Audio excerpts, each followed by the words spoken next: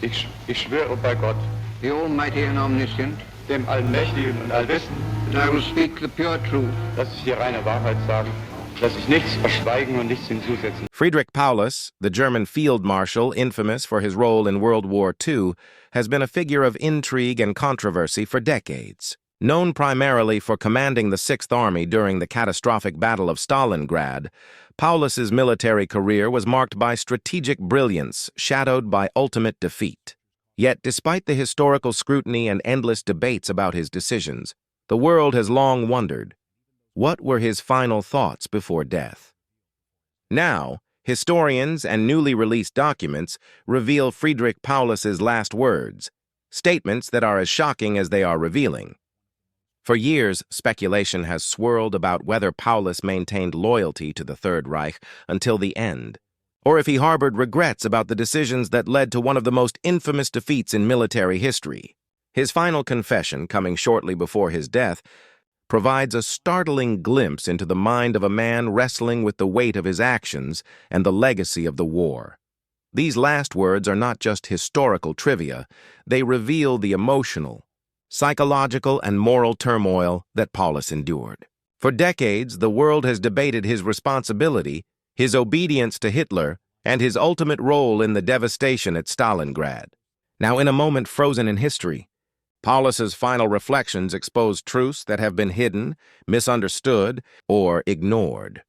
This is more than a story of military strategy or historical consequence. It is a human story of guilt, confession, and the heavy burden of decisions that change the course of history. As we explore Friedrich Paulus' final moments and words, one thing becomes clear. History remembers not only the victories and defeats, but also the personal reckonings of those who lived through them. Friedrich Paulus was born in 1890 in Breitenau, Germany, and from a young age, he displayed an aptitude for discipline, strategy, and leadership. He entered the military as a cadet in the early 1900s, joining the Imperial German Army, where his intelligence and meticulous nature quickly set him apart from his peers.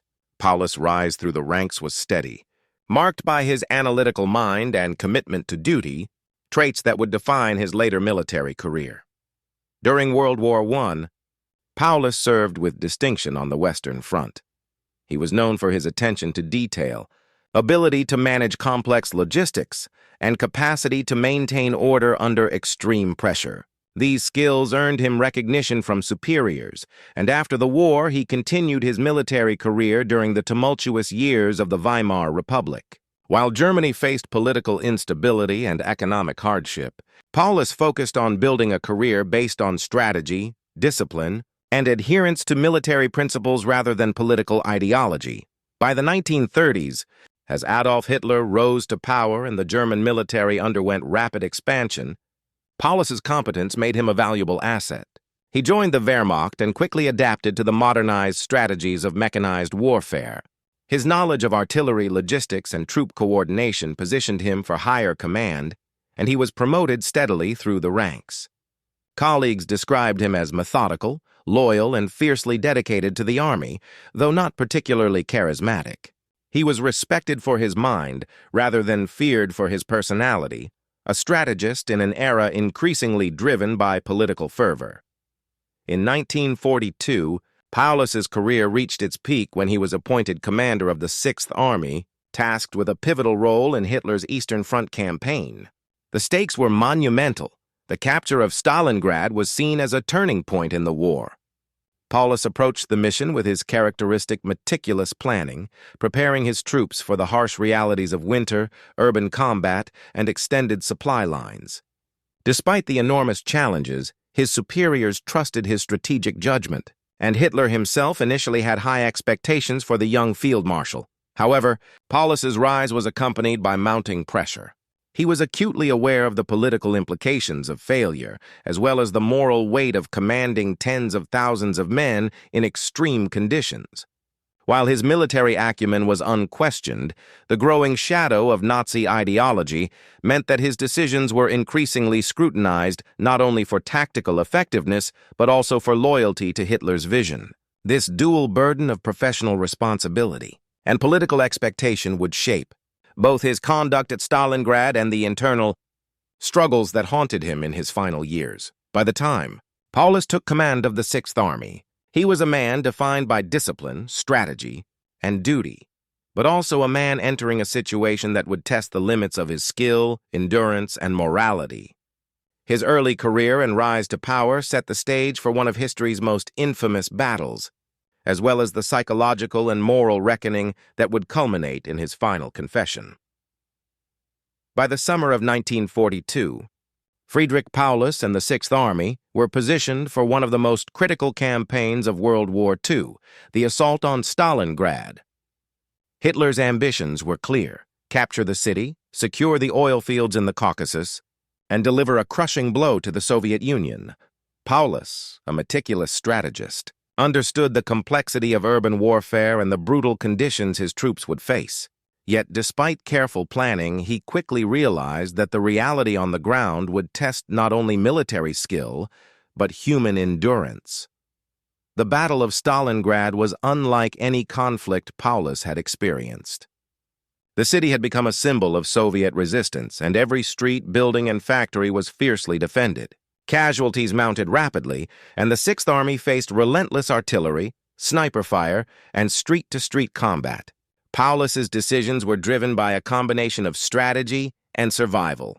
He sought to hold positions, protect his men, and maintain supply lines even as winter approached and resources dwindled. His superiors, particularly Hitler, demanded aggressive offensives and absolute loyalty, leaving Paulus caught between military reality and political expectation. Hitler's interference intensified the pressure. Unlike previous commanders who had some operational freedom, Paulus was constantly reminded that retreat or surrender was unacceptable. Orders from the Führer were absolute. The Sixth Army was to fight to the last man. Paulus, known for his methodical approach, recognized the impossibility of these demands. Retreat was strategically necessary to preserve his forces, but Hitler's directives left him little room to maneuver. The pressure weighed heavily on him, creating a moral and psychological dilemma that would haunt him for the rest of his life. As the battle raged into the harsh winter of 1942-43, conditions deteriorated further. Starvation, frostbite, and relentless Soviet counterattacks eroded the morale of the Sixth Army. Paulus's reports to Berlin painted a grim picture, warning of encirclement and catastrophic losses. Yet Hitler's orders remained unwavering, demanding continued resistance. Paulus was promoted to field marshal by Hitler during this period, a symbolic gesture widely interpreted as a signal that he was expected to die rather than surrender. The promotion carried both honor and immense pressure, placing him at the epicenter of one of the most tragic episodes in military history. Ultimately, Paulus faced a dire choice: continue to follow orders to the letter, risking the annihilation of his army, or surrender and live with the personal and political consequences. He attempted negotiation, hoping to preserve some of his forces, but Hitler refused any concession. Surrounded, outnumbered, and with supplies exhausted, Paulus and the remnants of the Sixth Army were forced into surrender in February 1943. This moment marked a turning point, not just in the war, but in Paulus's life. The shame, the weight of responsibility, and the knowledge of the lives lost under his command left a lasting psychological scar. The Battle of Stalingrad revealed both Paulus's strengths and his limitations. His strategic mind had been remarkable, but the intersection of military reality, political interference, and moral responsibility created an impossible situation. The choices he made, and those he was forced to make, would define his legacy and set the stage for the shocking final confession that would stun the world decades later. After the surrender of the Sixth Army in February 1943, Friedrich Paulus was taken prisoner by Soviet forces, marking the beginning of a difficult and transformative period in his life. The fall of Stalingrad was not only a military catastrophe for Germany, but also a personal turning point for Paulus. For the first time, away from the direct pressures of command, he was forced to confront the consequences of his decisions and the immense human cost of the battle he led. Life in captivity was harsh. Paulus was moved through a series of Soviet camps, enduring extreme cold, limited rations, and the constant awareness of being a high-profile prisoner. Yet amid these physical hardships, he also faced intense psychological and moral challenges. He had spent years executing orders, adhering to a strict sense of duty and discipline, and placing loyalty to the Reich above personal considerations. Now, isolated and removed from the battlefield, he had the space and the burden to reflect on the reality of the lives lost under his command and the devastating consequences of his obedience. During captivity, Paulus began engaging with Soviet officials and historians, providing accounts of the battle and Germany's military strategy. While initially cautious, he gradually opened up, revealing both tactical details and personal reflections. Historians later noted that these accounts showed a man wrestling with guilt and responsibility. He expressed regret over the suffering of his men, acknowledging that adherence to Hitler's orders had contributed to unnecessary deaths. While he did not absolve himself entirely, there was a growing awareness that obedience to authority carried moral weight, and that his role in Stalingrad could not be reduced to mere duty. Paulus's remorse deepened over time, particularly as he observed the broader consequences of the war. News of continued destruction in Germany, the suffering of civilians, and the ultimate collapse of the Nazi regime weighed heavily on him. In letters and interviews, he admitted that his decisions, while guided by military logic, had contributed to unimaginable suffering. For a man whose life had been defined by discipline and strategy, these realizations were profoundly unsettling. By the time his health began to decline, Paulus was no longer just a soldier reflecting on strategy. He was a human being confronting the moral legacy of his actions. He recognized the complexity of obedience, responsibility, and guilt, and he began preparing, in private, for the moment when he would confront the world with his final thoughts. These reflections were not political statements or attempts to rewrite history. Rather, they were deeply personal acknowledgments of failure, consequence, and the heavy burden carried by those who command. Paulus's time in captivity, marked by reflection, remorse, and the slow erosion of physical strength, set the stage for what would shock the world, his final confession. It is a rare moment in history when a figure of immense influence and notoriety confronts the truth of his life, offering insights that historians, scholars, and the public had long speculated about, but never fully understood. In the final days of his life, Friedrich Paulus faced a reality he could no longer escape: the weight of history, the consequences of his decisions at Stalingrad, and the personal responsibility he had carried for decades. His final confession, delivered shortly before his death, shocked historians, military analysts, and the world, revealing truths that had long been debated but never fully acknowledged. Paulus's last words were candid and haunting.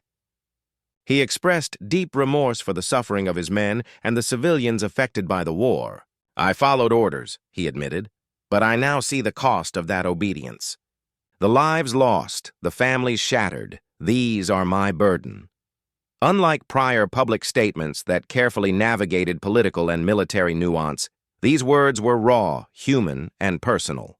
They reflected a man confronting the moral and emotional consequences of a lifetime spent in service to a regime whose ambitions he had once dutifully executed. The confession went further, acknowledging the limits of duty and the danger of unquestioning obedience. Paulus admitted that while he had believed in following commands, there were moments when he understood, too late, that ethical responsibility should have guided his decisions. These reflections transformed him in the eyes of historians, not merely as a field marshal who surrendered at Stalingrad, but as a human being grappling with the implications of power, authority, and accountability. The impact of his final confession was profound.